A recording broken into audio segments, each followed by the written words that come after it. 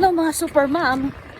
Mula Marikina, Barangka Marikina, umabot na ako sa 15th Avenue. Yeah! Naraos ko din. Pauwi na ako. Pambarangka to Cubao. Success. First attempt. Success. Marikina to Cubao.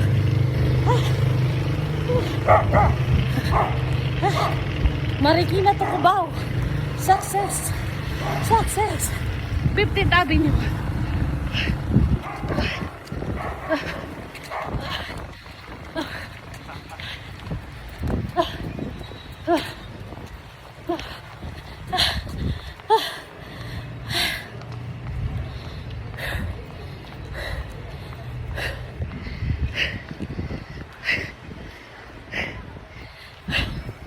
Ganun lang ginagawa ko, mga super mom. Takbo, lakad. Takbo, lakad. Pero yung lakad ko, hindi normal na lakad. Parang walkathon. Yung medyo mabilis na lakad.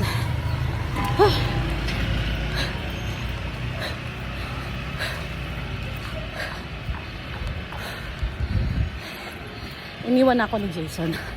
Doon kami magkikita sa Liberty. Ako na sa 15 pa lang, malapit na sa main.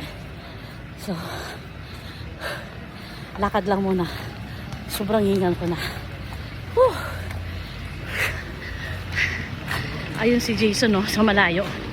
Ewan ko kung nakikita nyo. Nakaitim kasi siyang short. Nakaitim na, jersey. Tsaka t-shirt. Kaya ang hirap niyang makita. Ewan ko dyan sa camera kung nakikita nyo. So, guys, nandito na ako sa 15th Avenue Main. So, I'll be right back pag umabot na ako sa palengke. Thank you for watching. I hope na-inspired ko kayo. Pero, sa iba ha, huwag nyong pilitin. Huwag nyong biglayin ang sarili nyo. Kasi baka mamaya mag-collapse kayo. Ako kasi, bago ko ito ginawa ang 4 kilometers walk and run, tumakbo muna ako sa Araneta ng 2 gabi. Kaya medyo na-ensayo na yung katawan ko. Medyo naka-warm up na siya. So sinubukan ko lang naman kung kaya ko. Hindi kasi pag hindi, sasakay na ako ng jeep.